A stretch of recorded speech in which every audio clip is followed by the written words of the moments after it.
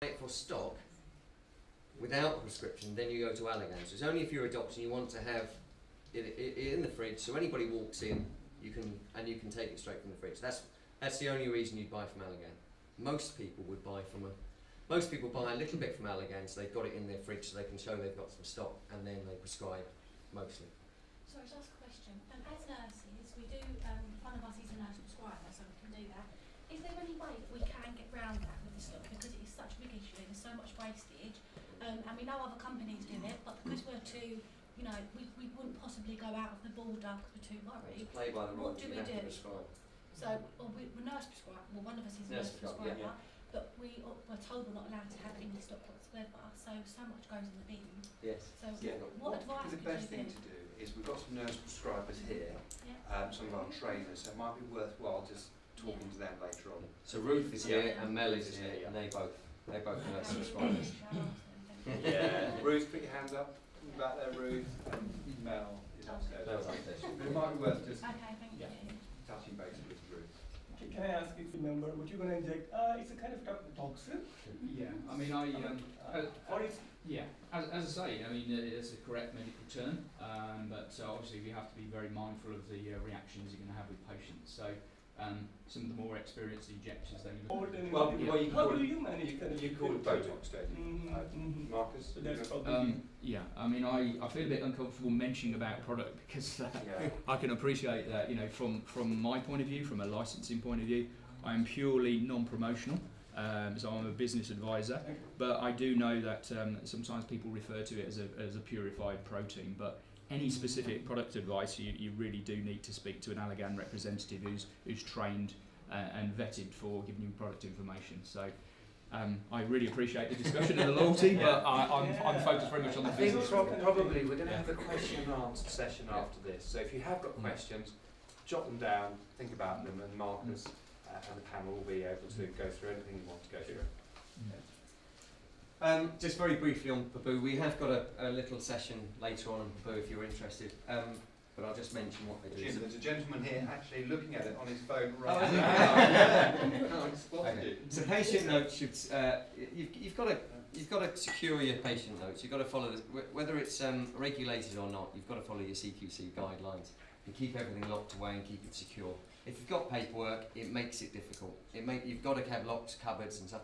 If you put it into an all-encompassing system, you don't have to worry about that. Baboo, you don't need any paperwork. So photographs are digital. So you take the before and after photo on the system. There's nothing that can do all of that. And you can also get your consent forms and consent on the system, and that all keeps it all in one place. So you don't have to go around with all these all we ever have is piles and piles and piles of paperwork, and then you work out where are we going to store all this stuff, and then you've got to pay people to take it off-site, put it on a storage file, and then you've got to get the file out from 5 years. You're then back onto your house, your property. So for a very limited cost, you can get limited company. You can get direct insurance for limited companies. So then you've limited your liability. That goes into the company, and then you're insured if they sue the directors. So the big thing that's going to cost you money is obviously your medical legal insurance. All of these are relatively cheap. And this is the cheapest of all, but gives you the most security of all. So I'd always advise, if you're going for insurance, make sure they give you all that. You're then back onto your house, your property. So for a very limited cost, you can get limited company. You can get direct insurance for limited companies. So then you've limited your liability. That goes into the company, and then you're insured if they sue the directors. So the big thing that's going to cost you money is obviously your medical legal insurance. All of these are relatively cheap. And this is the cheapest of all, but gives you the most security of all. So I'd always advise, if you're going for insurance, make sure they give you all and offer all of these. And then you've got cosmetic insurance. There's lots of options out there, but do they all do all of them? They all do all of them, but they don't tell you they do all of them. So you'll go to them for medical legal insurance, they'll give you medical and legal insurance. They don't say, oh, by the way, we'll do your building, we'll do your insurance. And if you're a company director, make sure they just sell you what you asked for. So can you do it on one policy, have everything? On one policy you can have everything. We are insured with Hiscox. They do everything and look through everything you do. Hamilton Fraser can do everything. They're both about the same price. They're very competitive between the two. But just make sure you are completely insured. It's very complicated, and it down the line can really hurt you if you don't get everything put in place. Really important that people forget professional indemnity insurance. So even if, you know, as soon as you start doing an injection, they can get you for your medical insurance. Something else might happen, and then your professional indemnity. This is a legal requirement. Once you start having a bigger practice. Even if you work from home. Work from home, you have to have this. So to Jim. You know, contents and building, you'd have that anyway. Or you just tell them Well, it you've depends got what you've got. business and home. We could, Yes. yeah, we Yes. could talk about this Yeah, a bit sure. more. Just one question here from Celine. Just if we go back one. Professional indemnity and in the MDU or Been doing threads and they love them because it adds another sort of big sort of weapon to your armamentarium. Okay, so the takeaway points from the meeting this morning is level 7 for you. We're going to talk about that later on. Are you ready to go digital? If you're not already, another thing to think about. And the final thing is we're here to help you. So sometimes it can be a bit lonely being in the aesthetic world. You're on your own, you're not sometimes a big member of a team. I know a lot of people love BACN and it's great, isn't it? Great support. But if you do have any queries or any questions, please get in touch with us and one of our team members will be able to answer them for you, whether it be a business issue or a clinical issue. So again, Yeah, that's true. No, and I think We've got business head at all. there is this obsession, isn't there, on the technical skills, which is absolutely critical, you know, Yes. but, you know, some people can really, really focus on that. But then if you haven't got a good business model, you know, you could be the best injector in the world, but you still got to get people finding you and, Need yeah. to come. Yeah. Where do you get them? Yeah. I don't feel I'm ready to even advertise anywhere yet. I don't. Yeah, I think it's like they said, it's getting that stage where you feel confident in the treatment. You know you can give a really good service. Because of this new Yeah. guidelines, whether I'm going to do something wrong with advertising, they might catch me or something like that. So I'm really worried about that. I've changed my flyer from earlier I put Botox, now You mentioned prescription-only medicine, and you can always use the phrase anti-wrinkle injections. that's what So I did. that can refer to other things. So as long as you don't overtly advertise a prescription-only medicine, you're fine, and that's what you should always focus on, really. You know. Fillers are fine, but fillers are You can't say your Botox is this price and it's Oh, that's why discount. so many people write like that, maybe. Because I thought so many big clinics as well mentioning but they always put R there, like a trade. It's a registered trademark. Ah. So it's Botox and it's registered to the company of Allergan. But if we're not advertising, just as a, like, I don't know, on Facebook, just a mention about, like, I don't know, some small article, can we use the Botox as a name or not? You can't use the word No, Botox. you can't. Yeah. If you use that word, it's prescription. It's a prescription-only medicine. So you can't use it. No. You have to say botulinum toxin, isn't it? You have No.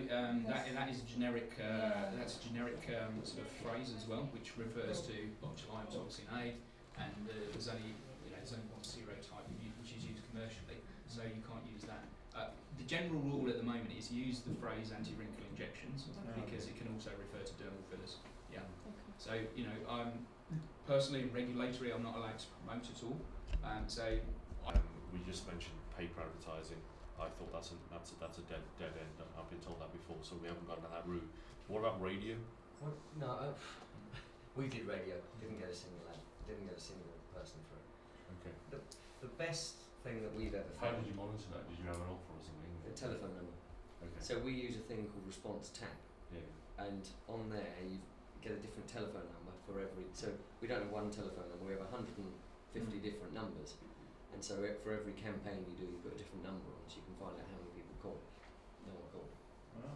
So and you can do that on your website. So the on our How long website. did you try it for? It's 8 weeks. Okay. Good. It's a good amount of time. We found the best way to get things into the press is to do advertorials. So if you're going to do an advert, make sure that you get one of the people from the magazine to come in and have a treatment and write about you. So they're more likely to write about you if you put an advert in their paper. They're about making money. So if you get them in, give them a treatment, get them to write about you, then put an advert, and then next to that piece that they've written, you put an advert. Or get them each year because it's going to go really well. But can you do a piece about me whilst we do that and only pay when they write something about you? It's more believable. You know, when you go on the search engine, say you go on Google and try to look up someone. Yeah. So obviously then you have to pay Google a certain amount of fee to bring yourself up, because most of the people use a search engine like Google itself, isn't it?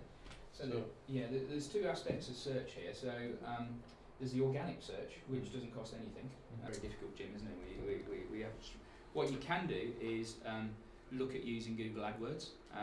I wouldn't really recommend this at this stage because there's a lot of people out there with big budgets who use agencies, and it's very, very complex to do that. And you are actually, it's costing on a big click basis as well. It can cost you a fortune. So Google AdWords works on an algorithm. Yep. It sees how big your website is, how relevant your page is, and how much you want to pay. So you're competing against all these multi-clinic huge businesses in the country. Skin always advertise, Hardy Medical, Transport. They're all advertising huge budgets. So people like these big companies can spend over £100,000 a month on advertising on Google. You're competing, and you're not. I imagine you're not going to be paying more than £500 to £1,000. So the amount of impact you're going to get is very minimal. You can do it so there's two people you can advertise with. One is Google, and with Google you can say I only want to advertise in my village, and then it will only serve your advert to people that are in your village, and you'll get a reasonable response for that, and it will be relevant because it will be people saying I want a skin clinic within Buckinghamshire or something. Facebook, age between 40 and 45, and you can put adverts on their Facebook, which is bit different to Google AdWords, where you can put where everybody that's there gets served the advert. So you can get 2-year-olds, 5-year-olds, 6-year-olds looking on it, and they get served at this at the last presentation. We've talked about developing what you're looking for, and this is really. So what are you all trying to achieve? Are you trying to be treated in clinics, or are you trying to develop your own clinic and become a big brand in the long term? To start. Somebody like starters, who's starting and getting into it. Yeah. So starting off, the easiest thing to do is to go to somewhere that's either go and work for a company that's established, or go and work in a established business. But they always want experienced people. I've tried many companies. They just want someone with 2 years, 3 years experience, not like that someone new. So Yes. I don't think so.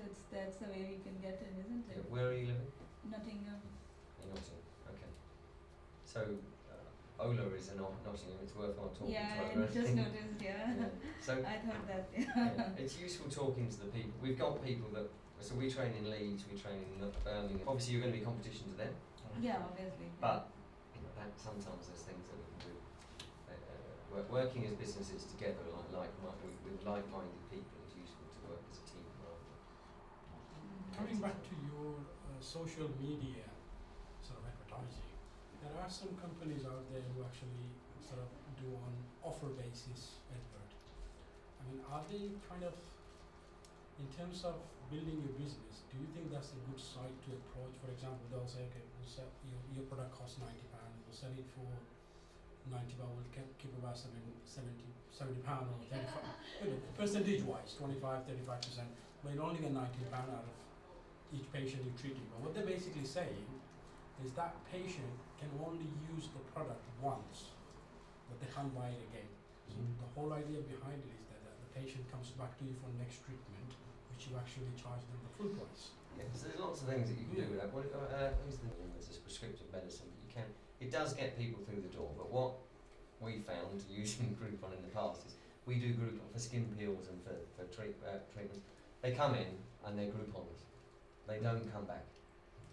They come into your clinic, get their cheap treatment, and 1 in 40 might come back for another treatment. The rest, beauty therapists, all they are taught to do is sell. That's what they do from day one. They are taught to get as much money out of every patient that comes through that door, because their treatment's very, very cheap.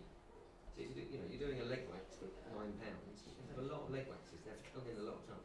If you're a doctor and a nurse and a dentist, you're taught to treat people. Leg wax and that kind of stuff. They get people through the door and they can sell for you. get you.